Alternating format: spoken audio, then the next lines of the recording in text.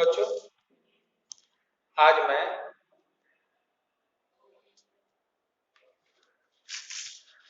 Class 7 part 2 गरीब बना गरीबदास का शेष भाग आज पढ़ाने जा रहा हूं।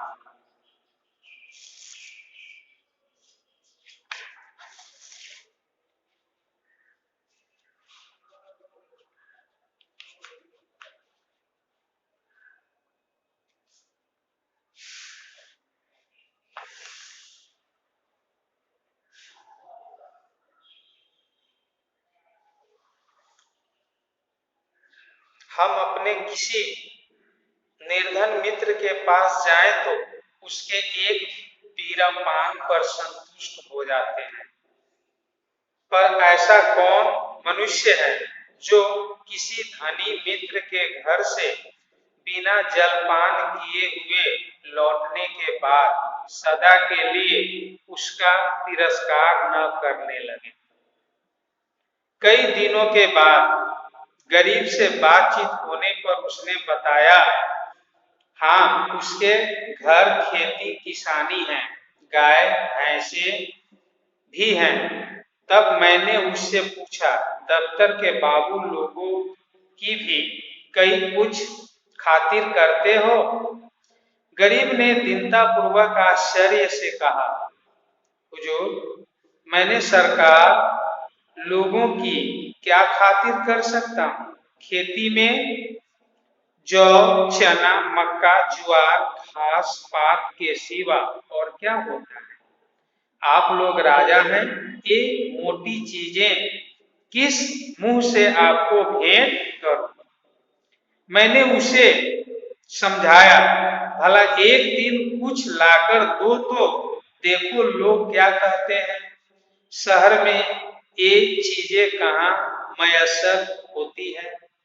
इन लोगों का जी भी तो कभी कभी मोटी छोटी चीजों पर चला करता है। दूसरे दिन गरीब आया तो उसके साथ 3 हिष्ट पुष्ट युवक भी थे। 2 के सिरों पर 2 टोकरियां थी, उसमें मटर की फलियां भरी हुई थी। एक के सिर पर मटका था जिसमें ईख का रस था। तीनों युवक ईख का एक एक गट्ठर काख में दबाए हुए थे।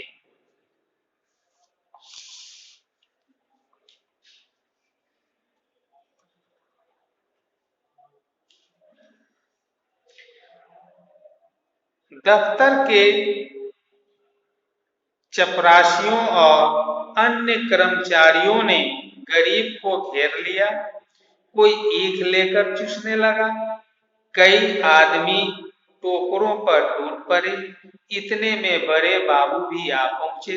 मैंने बताया, गरीब अपने घर से यह सौगात लाया है, कुछ आप लीजिए, कुछ हम लोगों को बांट दीजिए।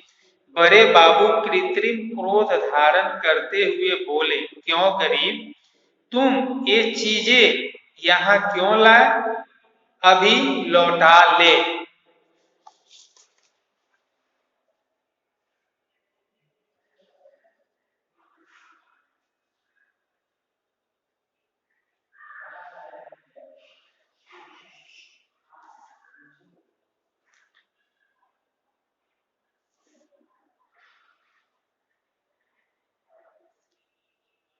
जाओ, नहीं तो मैं अभी साहब से कह दूंगा। क्या हम लोगों को मरभूख समझ लिया है? गरीब थर थर कांपने लगा। मैंने अपने ओर से क्षमा प्रार्थना की। बहुत कहने सुनने पर बाबू साहब रजामंद हुए। तब चीजों में से आधी अपने घर भिजवाई, आधी में अन्य लोगों के हिस्से लगाए। इस प्रकार यह अभिनय समाप्त हुआ। अब दफ्तर में गरीब का मान होने लगा। उसे नित्य घुर्कियां न मिलती, दिन भर दौड़ना न पड़ता। कर्मचारियों के व्यंग और अपने समकक्षों के कटु वाक्य न सुनने पड़ते। चपरासी लोग स्वयं उसका काम कर देते।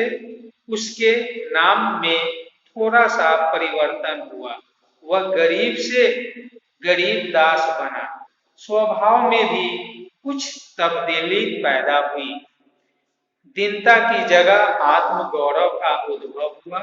तत्परता की जगह आलस्य ने ले ली। वह अब कभी कभी देर से दफ्तर आता, कभी कभी बीमारी का बहाना करके घर बैठा रहता। उसके सभी अपराध अब क्षम्य थे, क्योंकि वे अब अपने अधिकारियों को घूस रूपी प्रसाद जो देने लगे थे, उसे अपने प्रतिष्ठा का खूब हाथ लग गया। वह अब 10वें 5वें दिन दूध दही आदि लाकर बड़े बाबू को भेंट दिया करता। वह देवता को संतुष्ट करना सीख गया। सरलता के बदले अब उसमें कयापन आ गया। एक रोज बड़े बाबू ने उसे सरकारी फार्मों का पार्सल छुड़ाने के लिए स्टेशन भेजा। कई बड़े बड़े पुलिंदे थे जो दफ्तर तक ठेले पर लाए गए।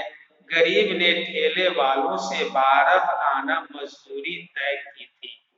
जब कागज दफ्तर में पहुंच गए तो उसने बाबू से 12 आने पैसे ठेले वालों को देने के लिए वसूल किए। दफ्तर से कुछ दूर जाकर उसकी नीयत बदली। वह मजदूरों से अपनी दस्तूरी मांगने लगा। ठेले वाले राजी न हुए। इस पर गरीब ने बिगड़ कर सब पैसे जेब में रख लिए और धमकाकर बोला, अब एक फूटी कौड़ी ना दूंगा, जाओ जहां चाहो फरियाद करो। देखे हमारा क्या बिगाड़ लेते हो।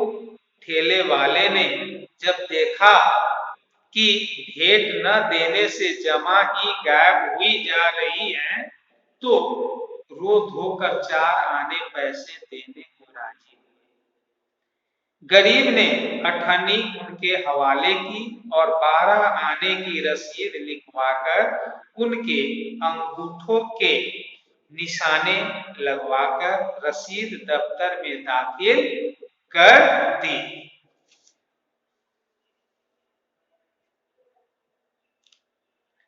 वह नाराज देखकर मैं दंग रह गया। यह वही गरीब है जो कई महीने पहले सत्यता और दीनता की मूर्ति था, जिसे कभी अन्य चपरासियों से भी अपने हिस्से की रकम मांगने का साहस न होता था। दूसरों को खिलाना भी न जानता था। ऐसे में खाने का जिक्र ही क्या। मुझे यह स्वभावांतर देखकर अत्यंत खेद हुआ। इसका उत्तरदायित्व किसके सिर था? मेरे सिर। मैंने उसे धूर्तता का पहला पाठ पढ़ाया था। मेरे चित्त में प्रश्न उठा, इस कयापन से जो दूसरों का गला दबाता है, वह भोलापन क्या बुरा था जो दूसरों का अन्याय सह लेता था।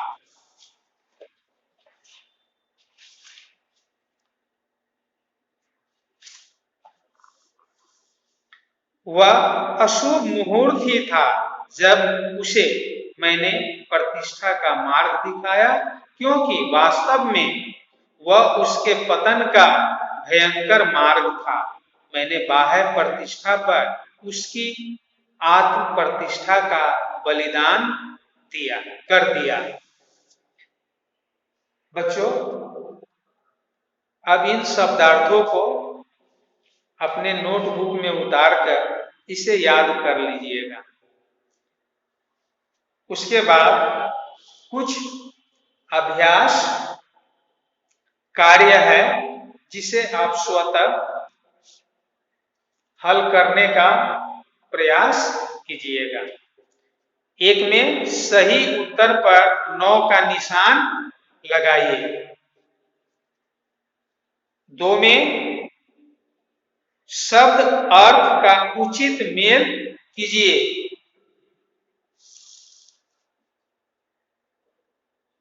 क्वेश्चन नंबर 3, किसने कहा? इन प्रश्नों का आप उत्तर अपने नोटबुक में लिख लीजिएगा। उसके बाद जो लिखित प्रश्न है उसे मैं अगले दिन भेजने का प्रयास करूंगा। धन्यवाद।